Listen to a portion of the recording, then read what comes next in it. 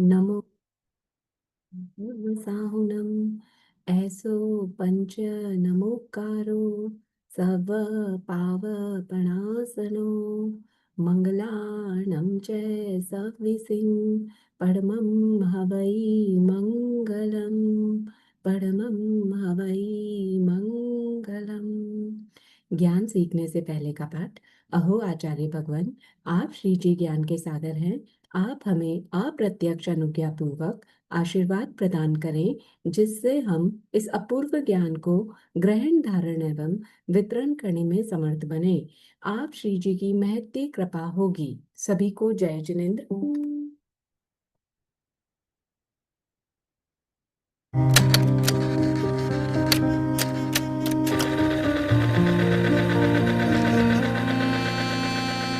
कर्म तत्व की अनुप्रेक्षा से आत्मबोध विकसाए, हम भेद ज्ञान प्रगटाए, हम भेद ज्ञान प्रगटाए।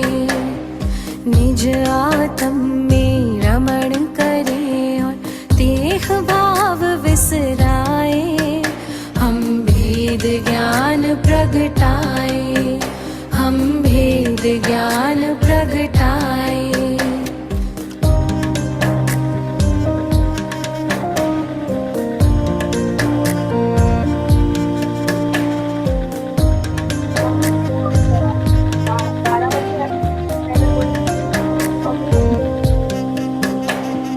कर्म भिन्न है चेतन क्षीर नीर की भांति। तप का ताप लगे तो बिखरे सोने से ज्यों माटी। कर्म भिन्न है चेतन क्षीर नीर की भांति। तप का ताप लगे तो बिखरे सोने से ज्यों माटी।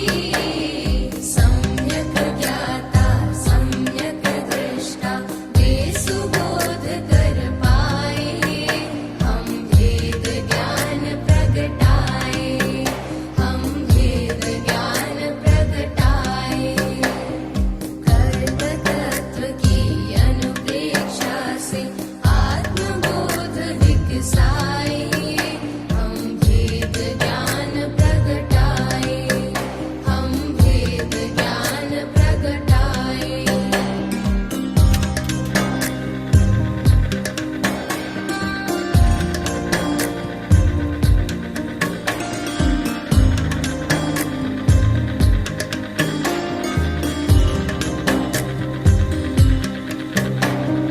पुण्य भी पत्कल पाप भी पत्कल, कर्म भेद ये सारे।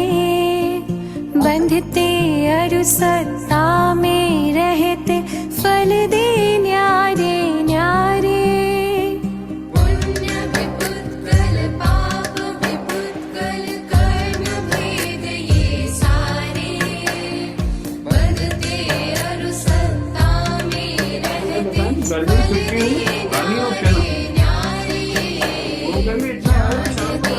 संभाव की ज्योति भीतर आप जलाए, हम भेद ज्ञान प्रगटाए, हम भेद ज्ञान प्रगटाए। कर्म तत्व की अनुप्रेक्षा से आत्मबोध विकसाए, हम भेद ज्ञान प्रगटाए, हम भेद ज्ञान प्रगटाए।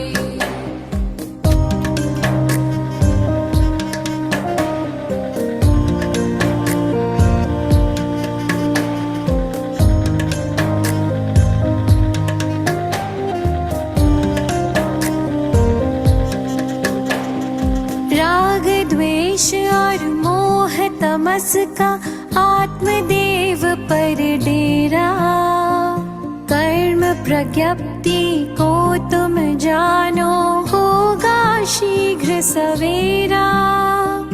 राग द्वेष और मोह तमस का आत्मदेव पर डेरा। कर्म प्रज्ञप्ति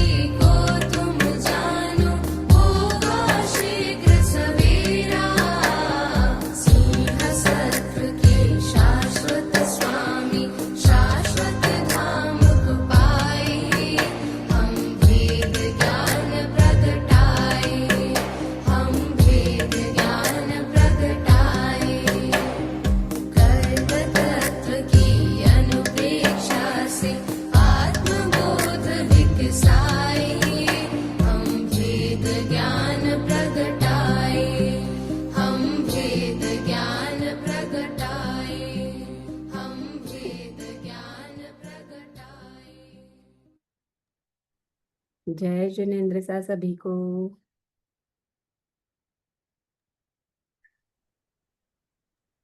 जय जिनेन्द्र। चलिए, लास्ट टाइम हमने गुणस्थान स्वरूप पढ़ा था, उसमें किसी को कुछ डाउट है तो पूछ लीजिए। या अबाधा काल निषेक, ये इनके हमारा रिवीजन हो चुका है इन चैप्टर्स का। इसमें से अभी किसी को कुछ डाउट है तो पूछ लीजिए, नहीं तो आज हम नया चैप्टर का रिवीजन शुरू करेंगे, कर्म प्रकृतियों का विपाक। ठीक है सर। अध्याय 5, कर्म प्रकृतियों का विपाक। ये अध्याय बंद शतक के अनुसार लिया गया है, श्री बंद शतक, जो कि कर्म के ऊपर ही पूरा लिखा हुआ है, उसी के आधार पर है ये। कर्म प्रकृतियों का विपाक। विपाक का मतलब होता है, अगर हम विपाक का वैसे मतलब है फल, नतीजा, परिणाम। अगर हम इस शब्द को दो भागों में विभाजित करके देखें तो वी प्लस पाक, पाक यानी पकवान यानी फल, और वी यानी विविध यानी भिन्न भिन्न प्रकार के, अलग अलग प्रकार के। तो विपाक का मतलब हुआ अलग अलग प्रकार के, विविध प्रकार के परिणाम, फल। अगर कर्मों की हम बात करें तो कर्मों के वैसे तो इतनी सारी कर्म प्रकृतियां हैं, तो उतने ही प्रकार के फल भी बहुत सारे प्रकार के हैं। पर क्योंकि हम उनको पढ़ने की, अध्ययन की अपेक्षा से थोड़ा ग्रुप में ऐसे वर्गीकृत करके पढ़े तो आसान हो जाता है पढ़ना, इसलिए हम इनको चार भागों में बांट रहे हैं। कौन कौन से विपाक के, इनके फल के आधार पर इनको चार भागों में बांट रहे हैं। कौन कौन से? तो पुद्गल विपाकिनी, भव विपाकिनी, क्षेत्र विपाकिनी और जीव विपाकिनी प्रकृतियों की बात कर रहे हैं। विपाक चार प्रकार का है, पुद्गल विपाक, भव विपाक, क्षेत्र विपाक, जीव विपाक। और जो इनमें फल दे रही हैं वो प्रकृतियां चार प्रकार की हो गई, पुद्गल विपाकिनी, भव विपाकिनी, क्षेत्र विपाकिनी और जीव विपाकिनी। तो अब क्वेश्चन उठता है कि क्या सारी प्रकृतियां जीव में फल नहीं देती क्या? कोई पुद्गलों के रूप में दे रही है, कोई भव में दे रही है, कोई क्षेत्र में दे रही है, ऐसा होता है क्या? तो ऐसा नहीं है, सभी है तो एक्चुअली जीव विपाकिनी प्रकृतियां ही। जैसे अगर मैं मार्केट से सामान लेके आई, डीमार्ट गई, वहां से सामान लेके आई, तो मैं घर का सामान लेके आई। फिर घर में लाने के बाद मैंने बोला कि ये बाथरूम एसेसरीज है, ये बाथरूम में रखनी है, ये किचन एसेसरीज है, किचन में जाएंगी। तो है तो सब घर की ही सामग्री ना, पर उसमें से भी मैंने और अलग अलग भाग कर दिए, स्पेसिफाई कर दिया कि ये बाथरूम का है, ये घर का है, तो वहीं ले जाके रखना है मुझे।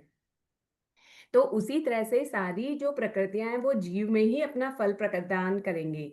लेकिन अगर उसमें से भी स्पेसिफाई पूछा जाए, अलग से पूछा जाए कि भाई इनमें से कौन कौन सी है जो जीव में तो देती है लेकिन पुद्गल के रूप में अपना देती है, मतलब पुद्गल के रूप में परिणमन कर रही है, ग्रहण कर रही है, निस्सरण कर रही है, या पुद्गल के रूप में अपना फल प्रदान कर रही है, उनको पुद्गल विपाकिनी कह रहे हैं। शेष जो है वो पुद्गल के रूप में अपना फल नहीं दे रही हैं। शेष में से हम देखेंगे कौन सी भव विपाकनी है, यानी जो किसी एक पर्टिकुलर भव में ही अपना फल प्रदान करें। साथ में और भी कंडीशंस हैं जो लागू होंगी दो, पर जो भव किसी निश्चित भव में अपना फल प्रदान करेंगी वो भव विपाकिनी प्रकृतियां। वो शीर्ष कटा था जेब जेब का वो। उसके बाद जो बचेंगी उनमें से कुछ ऐसी हैं जो सिर्फ क्षेत्र में ही अपना फल प्रकट करेंगी। क्षेत्र यानी पर्टिकुलर एक भाव से दूसरे भाव के बीच में जाते हुए अवस्था में, जिसे बाटा बहती अवस्था भी कहते हैं, उस जगह पर ही जो अपना फल प्रदान करेंगी उन्हें क्षेत्र विपाकिनी कहते हैं। शेष जितनी भी बचेंगी वो जीव विपाकिनी कहलाएंगी। है सबकी सब जीव विपाकिनी ही, पर बाकियों को हम और अलग अलग कैटेगरी में भी डाल सकते हैं, तो उस आधार पे उनको अलग बता दिया गया है। शेष जो बच रही हैं वो सब जीव विपाकिनी कहलाएंगी। तो ये विपाक यानी फल चार प्रकार का है, जो पुद्गल के रूप में अपना फल प्रदान करे, जो भव के रूप में अपना भव में अपना फल प्रदान करे, जो किसी विशेष क्षेत्र में अपना फल प्रदान करे, और जो जीव के रूप में अपना फल प्रदान करे। तो अब यहाँ पर वो समझाने से पहले सांकेतिक संज्ञाएं दी गई है। सांकेतिक संज्ञाएं यानी जैसे वर्ग, जैसे हम क ख ग घ पढ़ते हैं तो क वर्ग बोलने पर क की पूरी लाइन गिन ली जाती है। ख, क, ख, ग, घ, ण सब कुछ उसी में आ जाता है। अगर क वर्ग बोला तो इनको सबको अलग अलग बोलने की आवश्यकता नहीं है। बार बार क वर्ग बोलते ही सामने वाला समझ जाएगा कि मैं पूरी क वाली लाइन की बात कर रही हूँ। ठीक इसी तरह से यहाँ पर भी जब हम बार बार प्रकृतियों के बारे में बात करेंगे तो हर बार खोल करके सारी प्रकृतियों का नाम नहीं लेंगे, वरना जो बात बताने जा रहे हैं वो बात उतना महत्व नहीं रख पाएगी अगर हमने इन नामों को बार बार पूरा पूरा पूरा खोल के बोला तो इनके लिए एक संकेत दे दिया गया है। वो संकेत इनके पीछे लगी हुई संख्या है। जो संज्ञा यानी विशेषण दिया गया है उनको, गणित का विशेषण दे रखा है। जैसे 2 हैं तो द्विक लगा दिया, 3 है तो त्रिक लगा दिया, 4 है तो चतुष्क लगा दिया, 5 है तो पंचक लगा दिया, ऐसे लगा रखा है। तो चतुष्क 14 तक में लगाए हुए हैं। उनके आधार पर हमें वो ध्यान रखना होगा कि जहां निद्रा द्विक बोला है तो मुझे कौन सी वाली लेनी है। क्या मुझे निद्रा और निद्रा निद्रा लेनी चाहिए? निद्रा द्विक में कौन सी 2 आएंगी? ये रिवीजन क्लास है तो मैं बीच बीच में पूछती भी जाऊंगी आप लोगों से। बोलिए। निद्रा और प्रचला। ध्यान रखिएगा, निद्रा द्विक में निद्रा और प्रचला है, निद्रा और निद्रा निद्रा नहीं है। ठीक है, इसी तरह से और आगे हमने बहुत सारी पढ़ी हुई। अब मैं कुछ आप लोगों से पूछती हूँ, मैं ये दिखाती नहीं हूँ और पूछती हूँ, आप लोग मुझे बताइएगा। अगुरु लघु त्रिक में कौन कौन सी आएगी? गुरु लघु में पराघात गुरु लघु उपघात। त्रिक। गुरु लघु निर्माण और उपघात। और लोग ट्राई करिए। गुरु पराघात और उपघात। और हाँ। इसको है ना, ये क्रम से नहीं है, ये भी विशेष है इसका। हाँ, जो पराघात अष्टक है ना उसमें ये वाली 3 है। ये इंपॉर्टेंट है क्योंकि ये क्रम से नहीं है। बाकियों का लगभग क्रम आ जाता है ना तो अपने मुंह से अपने आप ही निकल जाती है। लेकिन ये जो मैंने अभी आप लोगों से पूछा, अगुरु लघु त्रिक, अगुरु लघु त्रिक में अगुरु लघु उपघात और पराघात आती है। अगर मैं अगुरु लघु चतुष्क पूछूं तो कौन सी आएंगी? निर्माण, उच्छ्वास। श्वास भी आएगा, यानी पूरी चारों प्रकृतियों का नाम बताना होगा आपको। कौन कौन सी 4 प्रकृतियां? अगुरु लघु, गुरु लघु उपघात, पराघात पराघात और उपघात और उच्छ्वास। उपघात। दुर्भग त्रिक। क्या पूछा आपने? दुर्भग त्रिक। दुर्पद, दूस्वर और अनादेय। बहुत बढ़िया। स्थिर पंचक।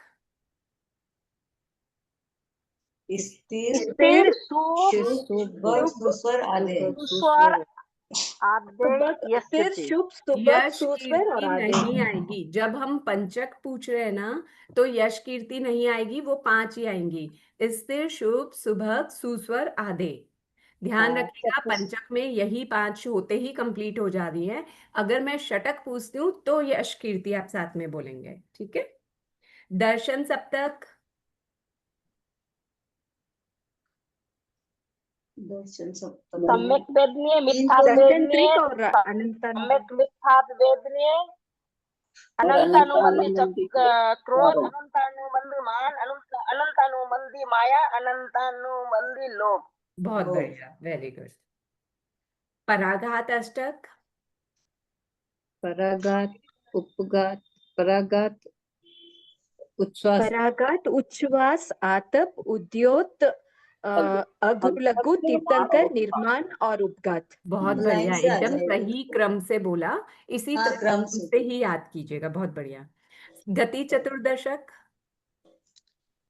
गति चतुर्दशक में गति, गति गति, जाति जाति, शरीर गति, जाति, शरीर, अंगोपांग, बंधन, संघाकन, फैनल, वर्ण गंध रस प्रस्थान, बन, गंध, रस, स्पर्श और विहागति। अनुपूर्वी और विहायोगति। अनुपूर्वी और विहायोगति। गति से ही शुरू हो रहा है, गति पे ही खत्म हो रहा है। गति से शुरू किया था और विहायो गति पे खत्म है ना? तो ध्यान रखिएगा, अनुपूर्वी विहायो गति का क्रम ऊपर नीचे नहीं रहेगा। अगर ऐसे ध्यान रखेंगे तो बहुत बढ़िया। ठीक है, अब हम आते हैं पुद्गल विपाकिनी प्रकृतियों पर। पुद्गल विपाकिनी यानी जो शरीर से रिलेटेड है। तो शरीर से रिलेटेड जो 8 कर्म है उनमें से नाम कर्म ऐसा है जो ज्यादातर शरीर, जिसमें जो प्रकृतियां हैं वो शरीर से रिलेटेड है, जिसमें शरीर का बनना, जैसे अभी आप लोगों ने नाम बोला, उसके अंगोपांग, उसका बंधन, संघातन, सहनन, संस्थान।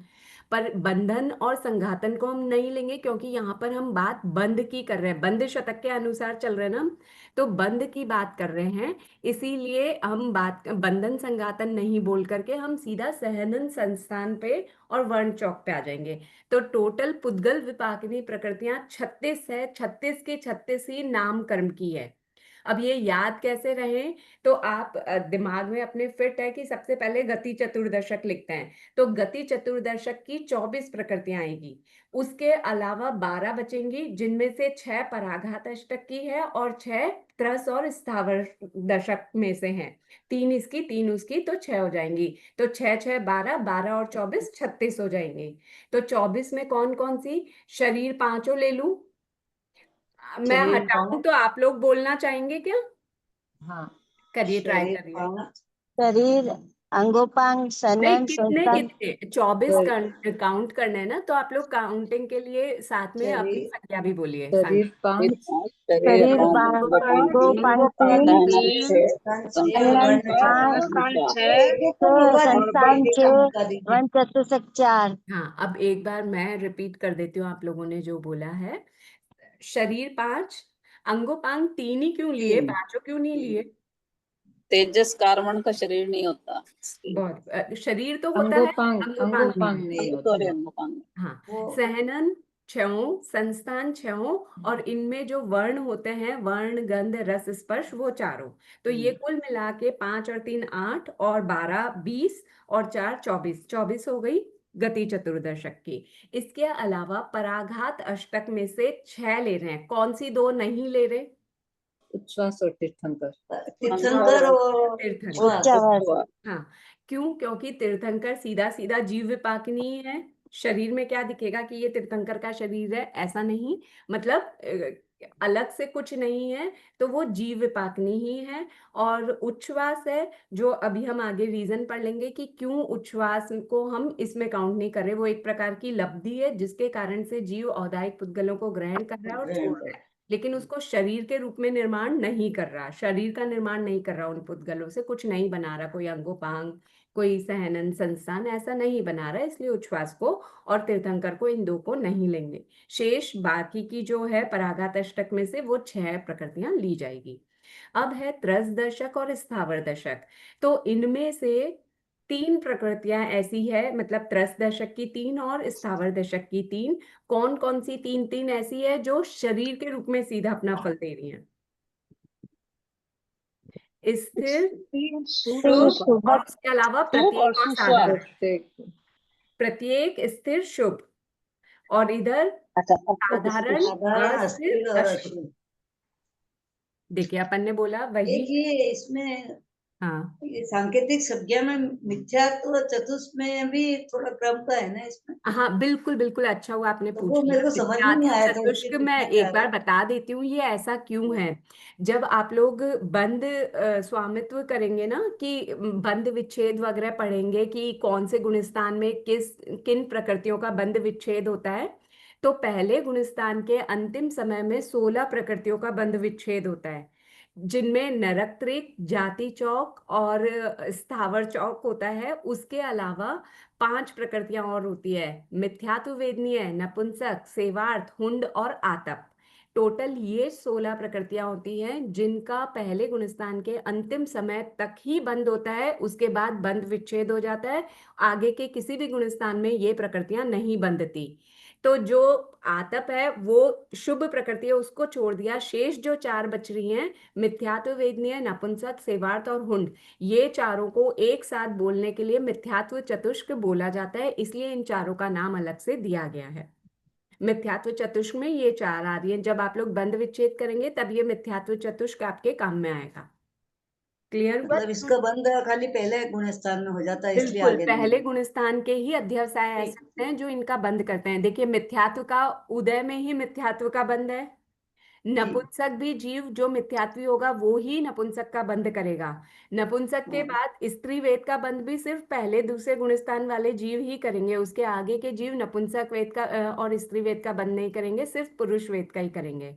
और सेवार्थ हुंड भी एकदम अशुभ है ना, तो ये सहनन और ये जो संस्थान है वो भी सिर्फ मिथ्यात्वी जीव ही बांधते हैं, आगे के जीव इनका बंध नहीं करते। उदय की बात अलग है, बंध की बात अलग है, ठीक है। तो इसलिए ये ठीक, चारों को धन्यवाद। अलग से बताया गया है, ठीक है। अच्छा हुआ जिन्होंने धन्यवाद। पूछा। ठीक। हाँ ओके, सुनो सुनो। हाँ। अब है तो ये 36 प्रकृतियां हो गई जो कि मैम इसमें से। एक डाउट है मैम। बिल्कुल। मैम आपने बताया था ना अगुरु लघु त्रिक में भी वो क्यों बंद किया, मतलब उनका क्यों ग्रुप किया हुआ है मैम? मैं वो ध्यान में नहीं आ रहा है मुझे। अगुरु लघु त्रिक में ये उपघात पराघात और ये अगुरु लघु को क्यों लिया गया यूं? हाँ हाँ मैम। अगुरु लघु त्रिक कहाँ निकलता है?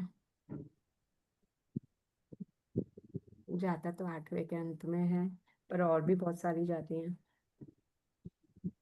इसका मुझे भी अभी नहीं ध्यान आ रहा कि अगुरु लघु त्रिक में ये ही 3 क्यों ली गई हैं। आगे कहीं बंध विच्छेद उदय विच्छेद में आएगा इनका वर्णन कि ये एक साथ में बंध विच्छेद हो रही होंगी या उदय विच्छेद हो रही होंगी, इसलिए इनको एक साथ लिया गया होगा। ठीक है मैम। हाँ थैंक यू मैम। हाँ।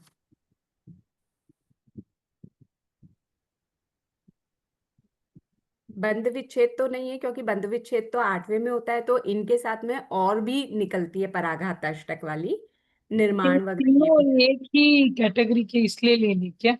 पराघात में आती है इसलिए? नहीं तो पराघात में और भी है ना, निर्माण भी है, जैसे अगुरु लघु ध्रुव बंधनी है, तो निर्माण भी ध्रुव बंधनी है। तो और उपघात भी है।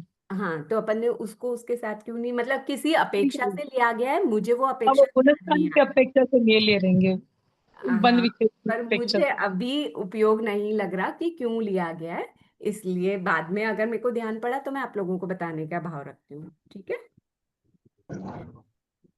और किसी का कोई डाउट? ठीक है। तो पुद्गल विपाकनी जो हमने ये प्रकृतियां पढ़ी है, ये भी अलग अलग प्रकार के शरीर में अपना अलग अलग फल देती हैं। एक समय में कितने शरीर एक साथ उदय में आ सकते हैं? 3 रहेंगे शरीर। कौन से 3?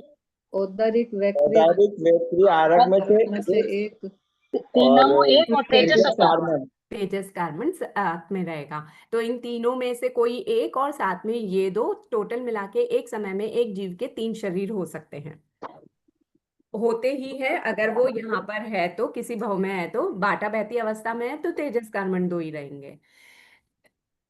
जो शरीर है, शरीर अंगोपांग है, ये तो क्लियर समझ में आ रहा है, जो शरीर होगा उसी का उदय है, तो इसलिए उसी का उस समय बंद चल रहा है। मतलब नहीं सॉरी, बंद चल रहा है ये नहीं कहना चाह रही, मतलब हम कैसे बताएंगे कि कौन से शरीर में कौन सी पुद्गल विपाकनी प्रकृतियां हैं जो कि उसका निर्माण कर रही हैं। तो ये पता करने के लिए शरीर का तो अपना अपना नाम है, इसलिए हमें ध्यान पड़ जाएगा शरीर अंगोपांग भी जिस शरीर से रिलेटेड है उसके अंगोपांग है। अब सहनन, सहनन में कैसे पता चलेगा कि ये कौन से शरीर में अपना फल देते हैं? आप में से कौन बताएगा? सहनन कौन से शरीर के सिर्फ रूप औदारिक शरीर में प्रदान ही करता है? सहना सिर्फ होता है। औदारिक। होगा ना। सेदन हाँ, सारे उदय क्योंकि सिर्फ औदारिक, इसकी डेफिनेशन भी हमने पढ़ी थी, तो ये पढ़ा था कि औदारिक शरीर की ही जो पुद्गल होते हैं वो आपस में कितनी दृढ़ता के साथ जुड़े हुए हैं, ये चीज सहनन है। तो सहनन सिर्फ और सिर्फ औदारिक शरीर में ही मिलता है और किसी में नहीं मिलता। छहों के छहों सहनन सिर्फ औदारिक शरीर से रिलेटेड है। संस्थान, संस्थान अलग 3 अलग शरीर में। 3 प्रकार के शरीरों से रिलेटेड है। तो मैं अलग से खोल के पूछती हूँ, आप लोग मुझे बताइएगा, समचतुरस्र संस्थान कौन से शरीर में पाया जाएगा? वैक्रिय शरीर में और औदारिक आहारक आहार। हाँ, दोनों यानी में पाया 3 प्रकार के जाएगा। शरीरों में ये अपना फल प्रदान कर सकता है। समचतुरस्र वाला, अगर मैं वैक्रिय पूछूं तो उदाहरण के लिए देवता ध्यान आ जाएगा ना, समचतुरस्र उनका समचतुरस्र संस्थान ही होता है, उनके पास वैक्रिय शरीर है। आहारक शरीर जो भी बनाते हैं उनका भी समचतुरस्र इतना सुंदर आकार होता है, समचतुरस्र संस्थान ही होता है। और औदारिक में तो हम और तिर्यंच हैं ही उनमें जिनका एकदम समचतुरस्र यानी वो जो चारों कोण है वो एकदम बराबर प्रॉपर बैठे ऐसे होते हैं, जैसे अपने आगम पुरुष जो हैं। दीदी इसमें आहारक में मैंने आहारक शरीर बनाएंगे उसी समय समचतुरस्र संस्थान रहेगा ना? हाँ, वो शरीर कैसा है, उसका आकार कैसा है, वही हाँ। बीज बता रहे हैं कि वो जो आहारक शरीर होगा वो उसमें सिर्फ समचतुरस्र संस्थान ही होगा। हाँ ठीक। और वर्ण चौक नहीं, ये हुआ हमारा समचत क्या बेकरी में भी रहता है क्या समचतुरस्र? हाँ, वो तो हमने कपूर की वैक्रिय का बेकरी में उदाहरण बताया। पढ़ा ना। वैक्रिय में अगर मैं देवताओं का उदाहरण लूं, सारे वैक्रिय में नहीं होगा, मैं देवताओं का उदाहरण इसलिए ले रही हूँ कि देवताओं में समचतुरस्र संस्थान ही होता है, उनके पास वैक्रिय शरीर होता है ना। तो अभी हमने ये पूछा कि समचतुरस्र कौन कौन से शरीर में पाया जाता है, तो इन 3 शरीरों में पाया जाता है। क्लियर हुआ? पर ये तीनों शरीर में सिर्फ यही संस्थान पाया जाएगा, हमने ऐसा नहीं कहा। क्लियर हुआ सर? लेकिन देवता में तो खाली यही पाया जाएगा ना? देवताओं में पाया जाएगा। हाँ। हम जब बात सिर्फ संस्थान की कर रहे हैं कि इस संस्थान में क्या यही शरीर पाया जाएगा, नहीं। तो वो नहीं है ना। ठीक है, अब आए हम अंतिम सबसे लास्ट वाला संस्थान, तो क्लियर नहीं हुआ बेकरी। वैक्रिय। हाँ ठीक है, हम ऐसे समझते हैं, देखिए वैक्रिय शरीर किन किन में है, आप बताइए मुझे। देवताओं में होता है हाँ या कोई नफरतदारी करे मनुष्य तो होता है इसमें। हाँ नैरिकों में भी होता है। हाँ, हाँ, है ना। नागी में होता तो है। एक बार हम तिर्यंच और मनुष्य को छोड़ देते हैं, उनके लब्धि वाले को छोड़ देते हैं, भवधारणीय शरीर लेते हैं जो नैरिक और देवताओं में होता है। तो हमें हाँ, पता है कि देवताओं में सिर्फ समचतुरस्र संस्थान होता है, और नैरिकों में जो सबसे खराब वाला संस्थान है सेवार्थ सहनन सॉरी हुंड हुंड। संस्थान, वही होता है। ओके। तो यानी वैक्रिय शरीर में ये दोनों संस्थान पाए जा रहे हैं, या तो समचतुरस्र है या फिर हुंड ओके। है ना। और जो तिर्यंच और मनुष्य लब्धि से बनाते हैं ना, उसमें वो ये सारे ही बना सकते हैं। अच्छा, 6 बना सकते हैं। हाँ ओके ओके, थैंक यू। हाँ, आप देखिए आप लोगों के पास बुक है, मैं निकालती हूँ एक मिनट, इसमें पेज नंबर 7।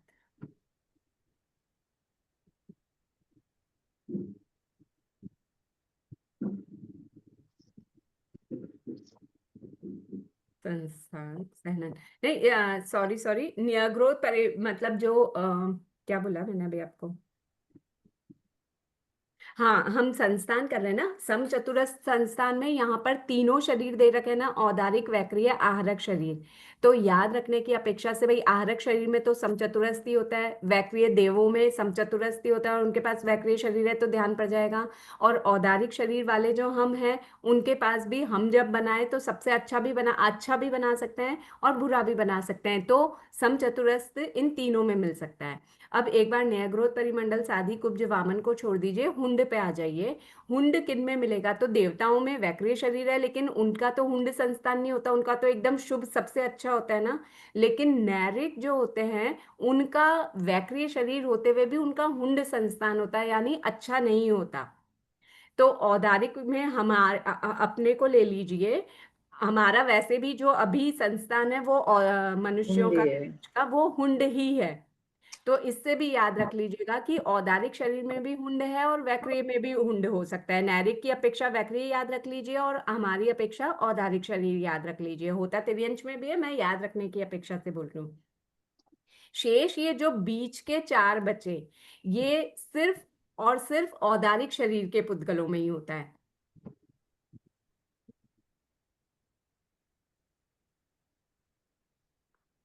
अगर मेरी डिवाइस बंद हो जाए तो मैं दूसरी डिवाइस से ज्वाइन कर लूंगी, कुछ तो मैसेज आया है। ठीक है, अभी हम ये पढ़ रहे हैं कि मिडिल वाले जो 4 हैं वो औदारिक शरीर में, चाहे तिर्यंशों में हो चाहे मनुष्यों में है, उनमें ये होगा। मैंने गलती से बोल दिया था कि वैक्रिय शरीर बनाएंगे तो हम ये 6 बना सकते हैं, नहीं, हाँ, हम बेकरी 2 का ही बोला था। बना सकते हैं, या तो समचतुरस्र बनाएंगे या हुंड बनाएंगे। मेरी बात मैं वापस बोलती हूँ। मैंने अभी गलती से बोल दिया था कि हम जब वैक्रिय बनाएंगे या तिर्यंश वैक्रिय बनाएगा तो वो 6 प्रकार का संस्थान बना सकता है। नहीं, ऐसा नहीं है। वो 2 ही प्रकार का बना सकता है। समचतुरस्र बनाएगा या सबसे अच्छा या सबसे बुरा हुंड संस्थान, मिडिल के बनाएगा। चार वाले नहीं बनाएगा। पहला और आखिरी बनाएगा है दीदी। पहला और आखिरी, हाँ सर। हाँ जी।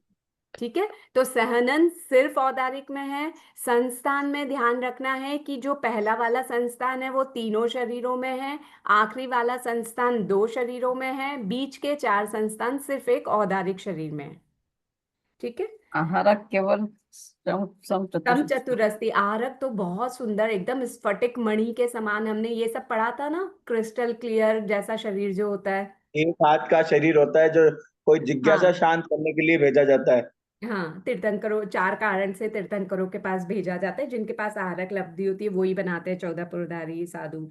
ऐसा जो सब हमने वो पढ़ी थी, तो वो तो बहुत शुभ होता है, तो उसमें तो समचतुरस्ती संस्थान होता है। ठीक है, लेकिन अब तो दीदी 14 पुरुधारी है ही नहीं ना कोई। तो अभी बना भी नहीं सकते यहाँ पे अपन। ठीक है, अब आए ये पुद्गल विपाकनी का ही स्पष्टीकरण चल रहा था। सहनन हो गया, संस्थान हो गया। इसके बाद में है वर्ण गंध रस स्पर्श। तो वर्ण गंध रस स्पर्श ये 5 शरीर की अपेक्षा से है। चाहे तेजस शरीर कार्बन शरीर है, उनका भी अपना वर्ण है, गंध है, रस है, स्पर्श है। ध्यान दीजिएगा, 3 शरीर नहीं, 5 शरीर में वर्ण गंध रस स्पर्श होता है। इसके बाद पराघात आया। पराघात यानी दूसरों को चोट पहुंचाना, स्वयं की रक्षा करने वाला जो है, जो इस रूप में अपने शरीर के पुद्गलों को बदलता है। तो वो 3 में ही है, औदारिक, वैक्रिय और आहारक। तेजस और कार्बन पराघात नहीं करते, दूसरों का आघात करके खुद की रक्षा करें, ऐसा नहीं होता। जो औदारिक वैक्रिय आहारक शरीर के पुद्गल हैं वो ही अपने आप को इस रूप में चेंज करते हैं कि वो दूसरों से अपनी रक्षा करें, दूसरों का नाश करें, उनको घात पहुंचाए। तो ये एक और ध्यान रखिएगा, पराघात।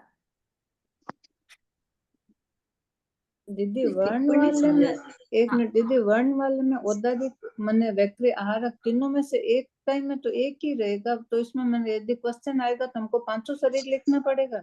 मतलब क्वेश्चन फ्रेम ऐसे किया हुआ है कि अगर ये पूछा जाए कि वर्ण किस किस शरीर में पाया जाता है, तो 5 में ही पाया तो जाता है। 5 में पाया जाता है। अब आतप नामकरण। आतप नामकरण होता किसके है? सिर्फ पृथ्वी का है। पृथ्वी का है यानी औदारिक शरीर। हाँ, तो सिर्फ औदारिक के रूप में ही ये प्रकट में आएगा। औदारिक शरीर के पुद्गलों को ही वो आतप के रूप में चेंज कर पाएगा ना। तो आतप नामकरण सिर्फ औदारिक के लिए ही, औदारिक के शरीर के पुद्गलों को ही आतप के रूप में चेंज करेगा। मतलब इस प्रकार परिणत करेगा कि स्वयं उष्ण ना होते हुए भी ये, मतलब स्वयं भी शीतल है और उष्णता प्रदान करेंगे। उद्योत नामकरण। उद्योत किस किस में आएगा? कौन कौन से शरीर में अपना फल दे सकता है शरीर के रूप में? 3 शरीर औदारिक शरीर में और वैक्रिय शरीर में। औदारिक वैक्रिय और आहारक। हाँ, जिसमें हमने समचतुरस्थ संस्थान बोला है ना, वो तीनों शरीर ध्यान रखिएगा उद्योत में है।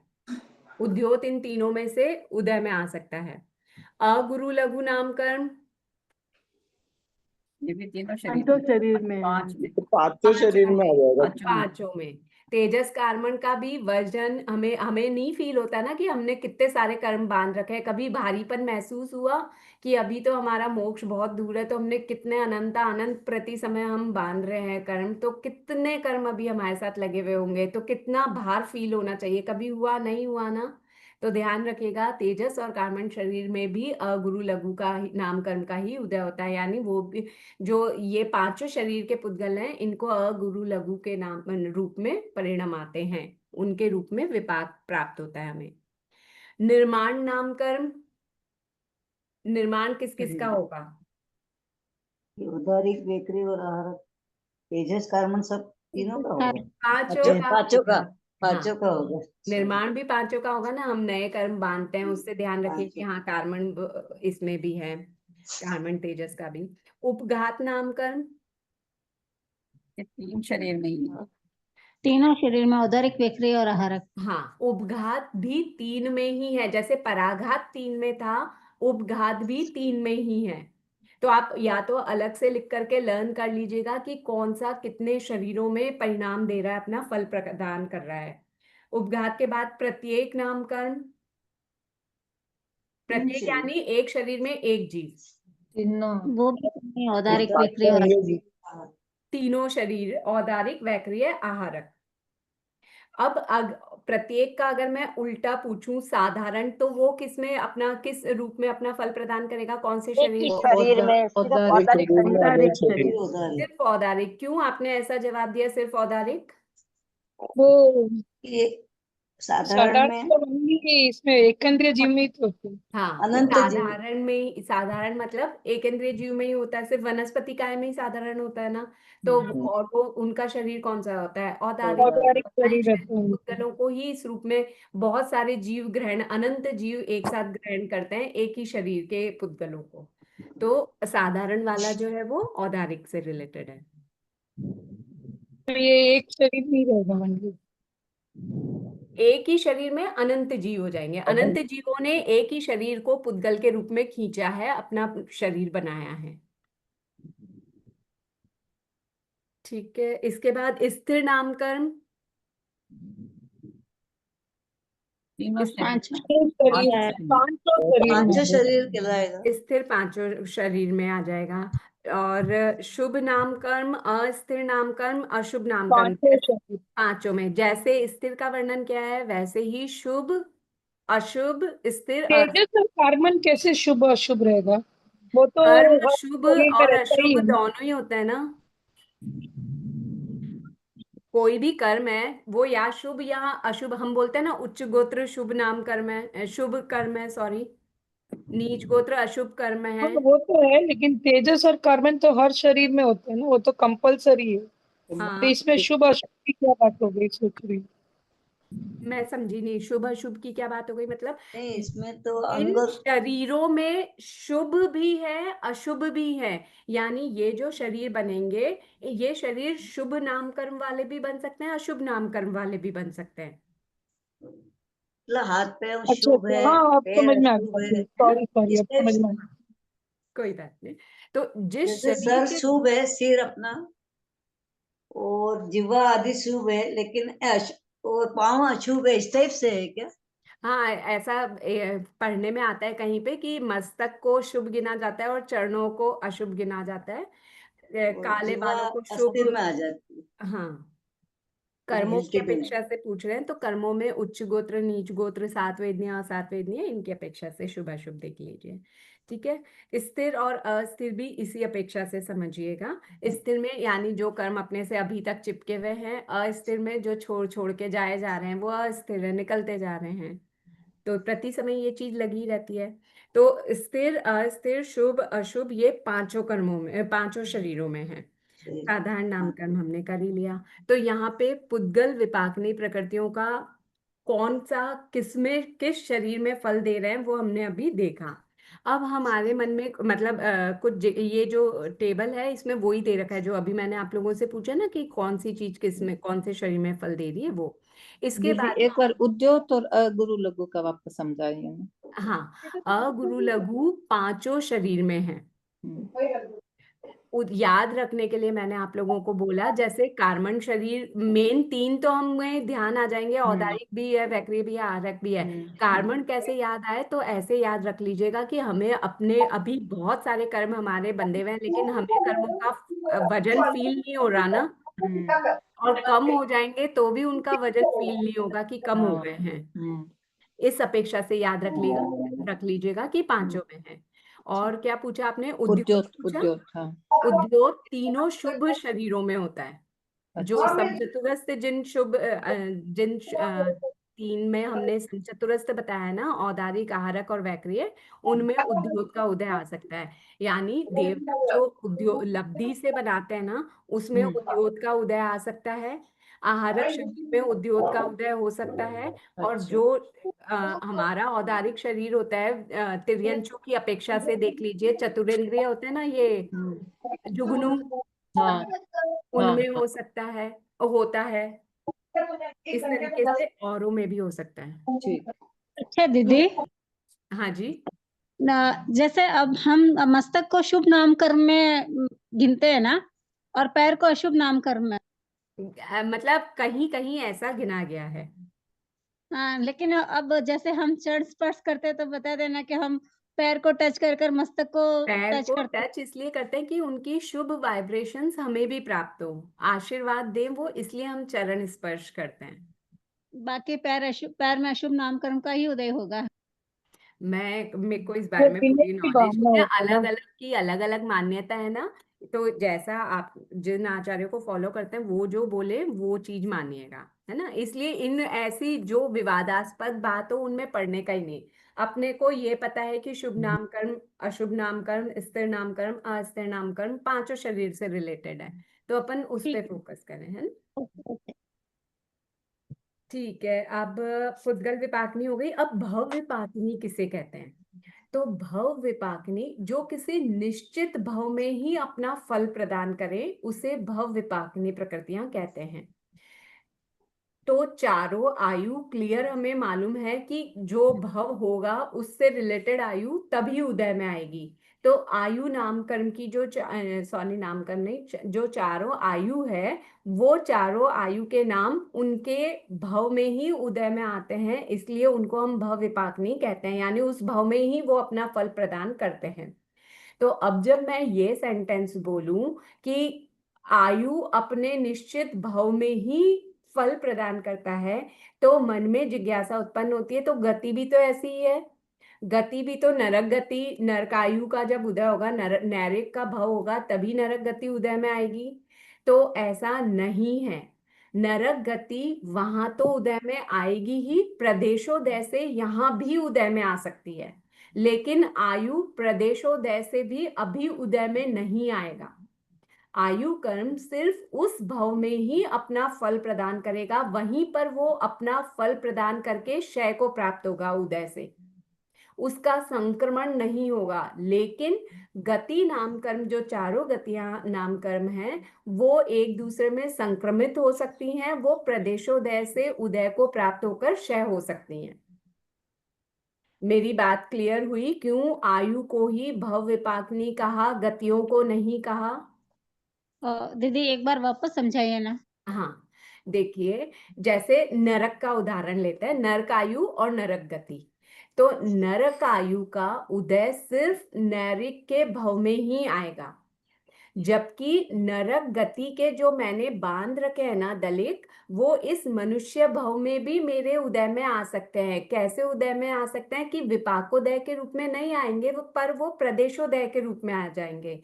प्रदेशोदय मतलब वो मनुष्य गति जो अभी मेरी उदय में चल रही है, नरक गति के प्रदेश मनुष्य गति के रूप में संक्रमित हो जाएंगे, ट्रांसफर हो जाएंगे, और मनुष्य गति के रूप में मैं उनको भोग दूंगी और वो आत्मा से अलग हो जाएंगे। इनको संक्रमण कहते हैं। तो भव विपाकनी प्रकृतियों में ऐसी प्रकृति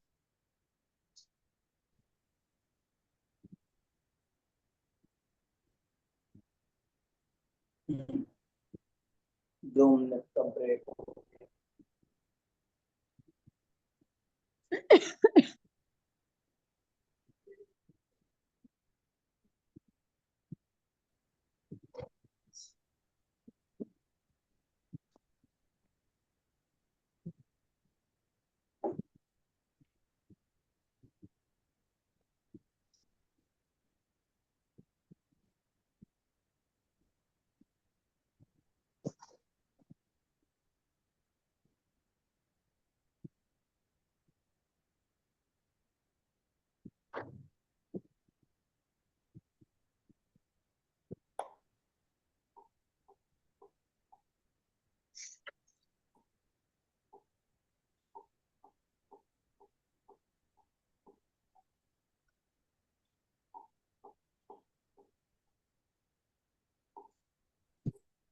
सॉरी सर, लैपटॉप बंद हो गया। मेरी आवाज आ रही है आप लोगों को? हाँ हमारी हाँ, तो हम क्या बात कर रहे थे? भव विपाकनी प्रकृतियां ये समझ रहे थे कि आयु को ही भव्यपातनी क्यों कहा है, गति को भव्यपातनी क्यों नहीं कहा है? क्योंकि भव्यपातनी होने के लिए 2 रूल होने कंपलसरी है, 2 विशेषताएं होनी जरूरी है। एक तो उसका संक्रमण नहीं हो, जो भी भव्यपातनी प्रकृति है वो अपने भव में ही अपना फल दे और सारा क्षय हो जाए उसके दलिक। और दूसरा, जो अपना पूरे जब तक उसके दलिक खत्म ना हो जाए वो उस भव से बाहर भी नहीं निकले जीव। तो ऐसा सिर्फ आयु कर्म में होता है। मैंने नरक का उदाहरण लिया, अगर मेरे पास नरक आयु के दलिक हैं तो जब तक मैं उन सारे दलिक यानी प्रदेश, जब तक मैं उन सारे प्रदेशों को भोग नहीं लूंगी ना, तब तक नरक के भाव से मेरा छुटकारा होगा नहीं।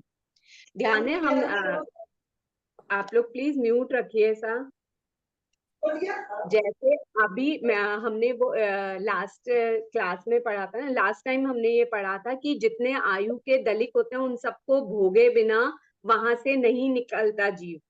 चाहे एक्सीडेंट भी हो जाए तो जल्दी जल्दी जल्दी जल्दी सांसें लेकर के जितने दलिक हैं, जितने प्रदेश हैं, उतने तो भोगने ही पड़ेंगे। चाहे स्थिति कम हो जाए लेकिन प्रदेश जितने बांधे हैं आयु कर्म के वो सारे भोगने ही पड़ते हैं। ये हमने पढ़ा था, याद है आप लोगों को? हाँ है ना?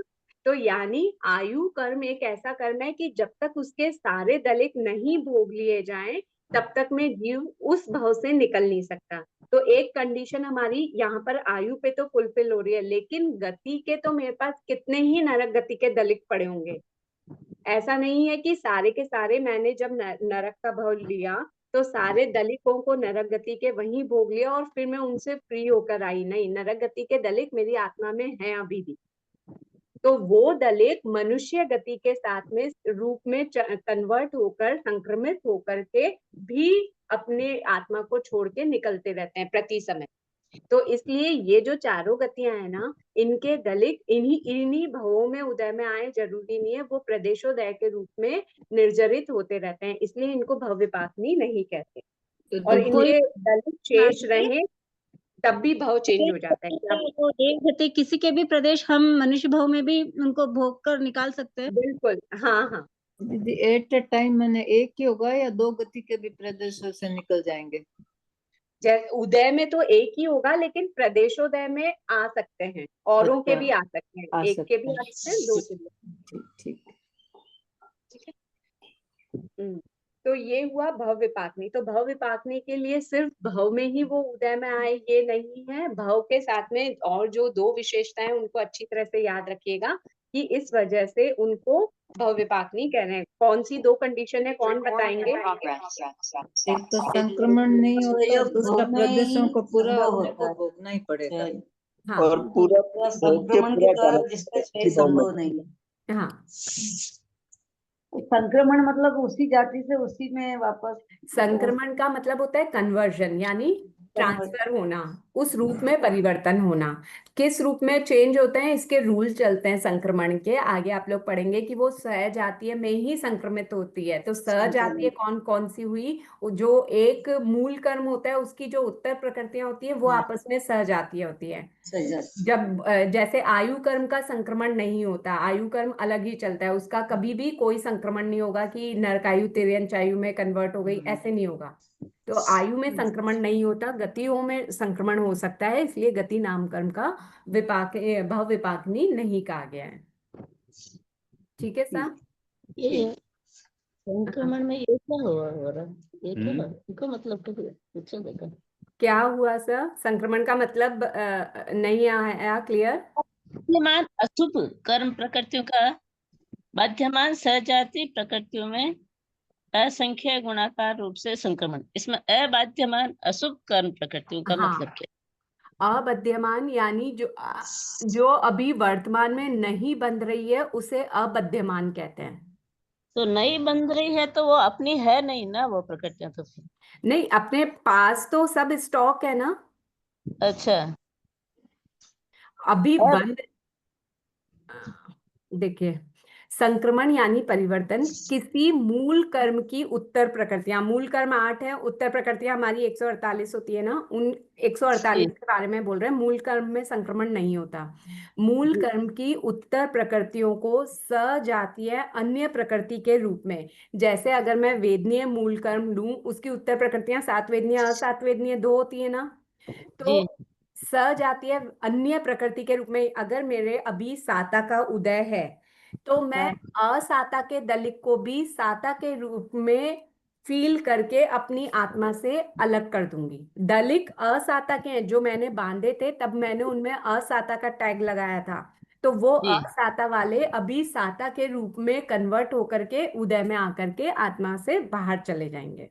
और ऐसे असंख्य गुणाकार रूप से भी होते हैं, इसलिए उनको असंख्य गुणाकार रूप कहा है। हाँ हाँ हाँ, धन्यवाद। हाँ, इसके और भी रूल्स होते हैं संक्रमण के, कौन सी किसमें क्या कैसे कितने उदयमान में कौन सा संक्रमण हो रहा है। जो अनुदयमान वाली है वो उदयमान में होकर के आत्मा से अलग हो रही है, बद्यमान ऊपर के द्वितीय स्थिति में होती है, तो वो उतना डिटेल नहीं है। बस अपने को अभी यहाँ ये समझना है कि जो संक्रमित नहीं होते वही भव्य पाक नहीं है। तो ये आयु वाली जो चारों हैं, आयु कर्म संक्रमित होता ही नहीं है आपस में भी, मतलब उत्तर प्रकृतियां इसकी एक दूसरे में कन्वर्ट नहीं होती।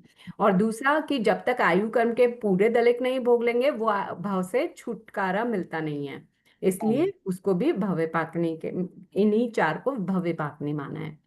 हाँ, अब है क्षेत्र विपाकनी।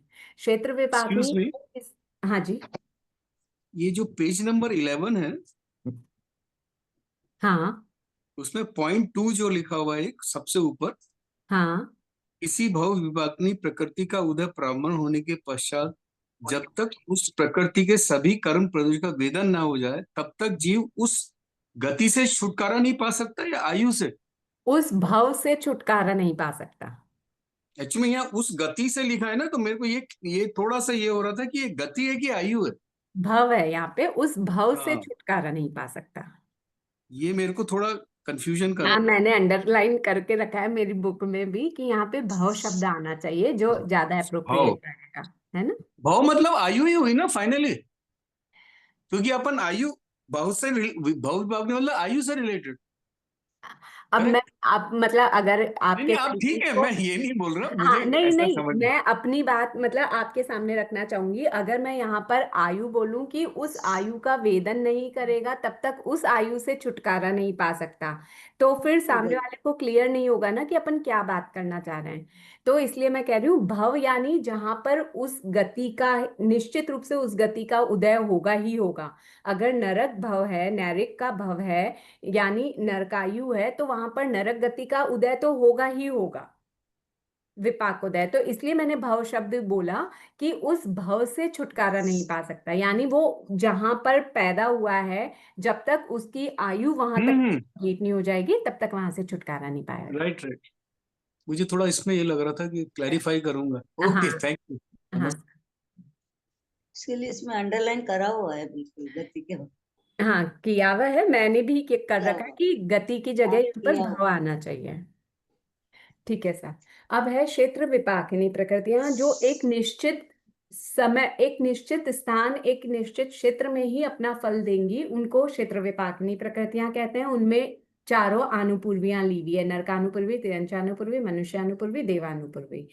तो फिर जिज्ञासा उठती है कि हर कोई अपने अपने क्षेत्र में ही फल देंगी ना, जो तिर्यंचानुपूर्वी है या नहीं, आनुपूर्वी छोड़ दीजिए, तो तिर्यंच गति है, नरक गति है, या और भी कोई भी ले लीजिए, सातवेदनीय, सातवेदनीय, तो इनको ही क्यों क्षेत्र विपाकिनी बोला है? तो इसलिए नीचे क्लियर एक और परिभाषा दे रखी है साथ में कि सभी प्रकृतियां हालांकि किसी ना किसी क्षेत्र में ही अपना फल प्रदान करती हैं, परंतु जो विग्रह गति में, विग्रह गति यानी एक भव को छोड़कर दूसरे भव में जाने के बीच का जो अंतराल होता है, जो गैप होता है, उस समय पर जो, जब सिर्फ और सिर्फ कार्बन शरीर का ही योग होता है, औदारिक का ही योग नहीं होता, वैक्रिय का ही योग नहीं होता, आहारक का ही योग नहीं होता, और ना ही इन तीनों का मिश्र का ही योग होता है। उस समय सिर्फ कार्बन शरीर का ही योग होता है।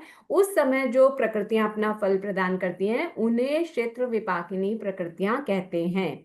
तो जब डेफिनेशन पूछी जाए आपसे क्षेत्र विपाकिनी की, तो आपको ये लाइन भी लिखनी होगी, जो प्रकृतियां विग्रह गति में मात्र कार्बन शरीर का योग के समय अपना फल प्रदान करती है, इसी क्षेत्र में अपना फल प्रदान करती हैं, उन्हें क्षेत्र विपाकिनी प्रकृतियां कहते हैं। यहाँ तेजस शरीर नहीं होगा क्या?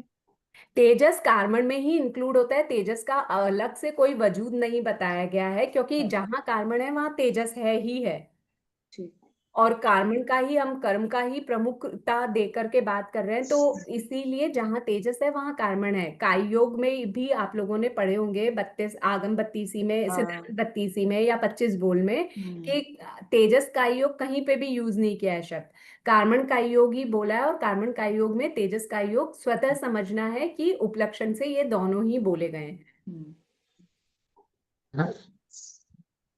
ठीक है सा। तो ये क्षेत्र विपाकिनी प्रकृतियां हो गई। एक मिनट, समय क्या हुआ है? 26। तो अब हम अगर पहले का देखें, टोटल हमारे पास जितनी बंधने लायक प्रकृतियां होती है 120 होती है प्रकृतियां बंधने लायक। उनमें से अगर मैं 36 पुद्गल विपाकिनी हटा दूं, साथ ही में 4 भव विपाकनी हटा दूं और 4 क्षेत्र विपाकनी, 36 और 8 ये हटा दूं, तो शेष जो प्रकृतियां बचेंगी वो प्रकृतियां जीव विपाकनी प्रकृतियां कहलाएंगी। ये प्रकृतियां 78 प्रकृतियां होगी। कौन कौन सी? ज्ञानावर्णीय की सारी पांचों, दर्शनावर्णीय की सारी 9 की 9, वेदनीय की 2, पहले मोहनीय की ले लीजिए ताकि घाती कर्म पूरा हो जाए। घाती कर्म की कितनी है? 45 पूरी की पूरी। ज्ञानावर्णीय की 5, दर्शनावर्णीय की 9, वेदनीय की वेदनीय छोड़िए, मोहनीय की 28 और अंतराय की 5। ये तो हमने पूरी ले ही ली। आयु कर्म इसमें नहीं आएगा क्योंकि आयु कर्म हमने अलग से लिया है। आयु को हमने भव्य पाकनी के में डाला है, तो आयु कर्म हम इसमें लेंगे ही नहीं। और नाम कर्म में भी 4 आनुपूर्वी की छोड़ दी और 36 वो छोड़ दी जो पुद्गल विपाकनी है। शेष 27 जो बची वो लेंगे, वेदनीय कर्म लेंगे और गोत्र कर्म लेंगे।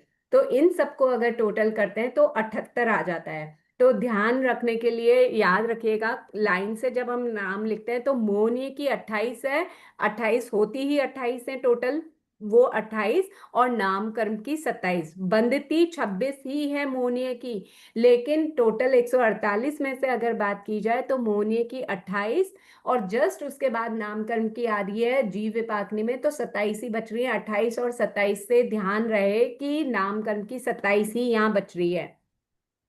36 हमने पहले ले ली पुद्गल विपाकिनी में, और 4 आनुपूर्वियां भी चली गई क्षेत्र विपाकिनी में। शेष जो 27 बच रही हैं उनका नाम यहाँ पर दिखाया जा रहा है, तो वो जीव विपाकिनी के रूप में है। गति चतुर्दशक, जाति पंचक, विहायोगति दोनों, पराघात अष्टक में जो 2 छोड़ी थी उच्छ्वास और तीर्थंकर वो, और त्रस दशक और स्थावर दशक में से हमने 3-3 ली थी, तो बाकी की जो 7-7 बची है वो 14। ये कुल मिलाकर के 78 जीव विपाकिनी प्रकृतियां होती हैं। यहाँ पर वही जिज्ञासा लिखी हुई है कि सभी प्रकृतियों का उदय जीव में ही होता है, तो फिर 78 को ही जीव विपाकिनी क्यों कहा गया है? तो क्योंकि जैसा हमने पहले ही स्टार्ट किया था, जब मैंने उदाहरण दे दिया था कि हालांकि सभी समान घर के ही, घर गृहस्थी के ही समान कहलाएंगे, लेकिन अगर और डिवीजन करके मुझसे पूछा जाए कि इनमें से बाथरूम एसेसरीज कौन सी है, तो मैं अलग निकाल सकती हूँ, किचन एसेसरीज कौन सी है उनको अलग निकाल सकती हूँ। तो इस अपेक्षा से यहाँ पर भी पहले अलग अलग कर दिए, शेष जो बची उन सबको जीव विपाकिनी प्रकृतियां कहा गया है। 3:29 हो गई है। अब ये जाति नामकर्म हम नेक्स्ट क्लास में समझेंगे। अभी तक में जो हमने पढ़ा उसमें से किसी का कुछ डाउट है तो आप लोग पूछ लीजिए। क्लियर है यहाँ तक सभी का? ठीक है सर। जाति नाम, हाँ बोलिए सर। 7 पेज की टिप्पणी समझा दीजिए, 7 पेज हाँ की। हाँ सर।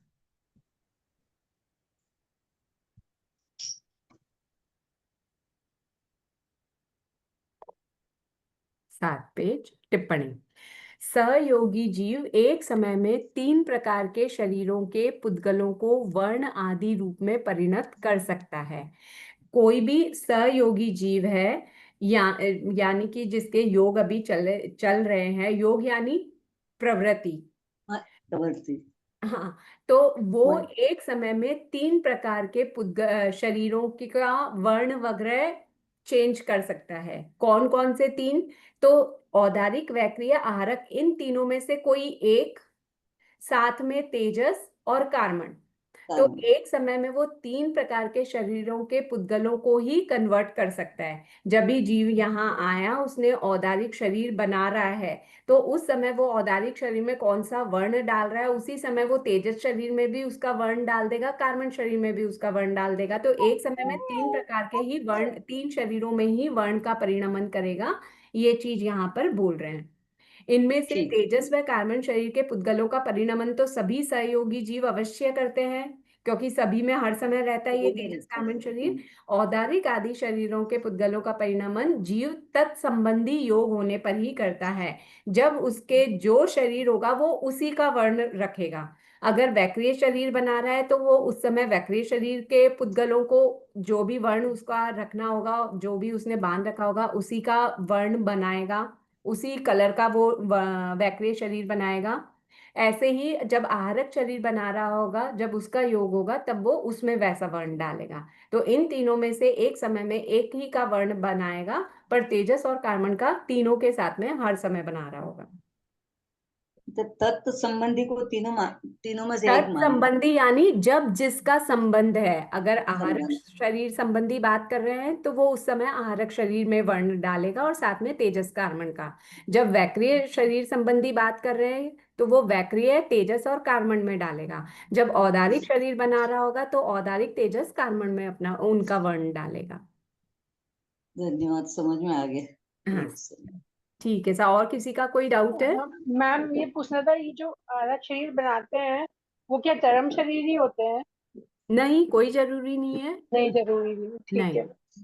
बल्कि आहारक शरीर बनाने के बाद भी कई जीव वापस मिथ्यात्व में भी चले जाते, पहले गुणस्थान में भी आ जाते हैं।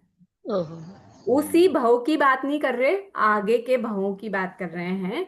कि मतलब जीव की जो आप बोल रहे हैं ना कि चरम शरीर है, तो चरम शरीर ही नहीं होता, हो कंपल्सरी नहीं है। ठीक है मैम, थैंक यू मैम। हाँ सर, ठीक है सर। इसी के साथ ज्ञान सीखने के बाद का पाठ बोलते हैं। अहो आचार्य भगवान, यह ज्ञान हमारे भीतर में विनय की अभिवृद्धि करे, सरलता का विकास करे, सहनशीलता को बढ़ाए, हम पात्र प्रह बने, अनासक्त बने, 5 इंद्रियों पर विजय प्राप्त करके वीतरागता का वर्ण करें तथा परिपूर्ण सामायिक में लीन हो जाएं। इसी के साथ में आगम विपरीत कुछ प्ररूपणा करने में आई हो तो इच्छामि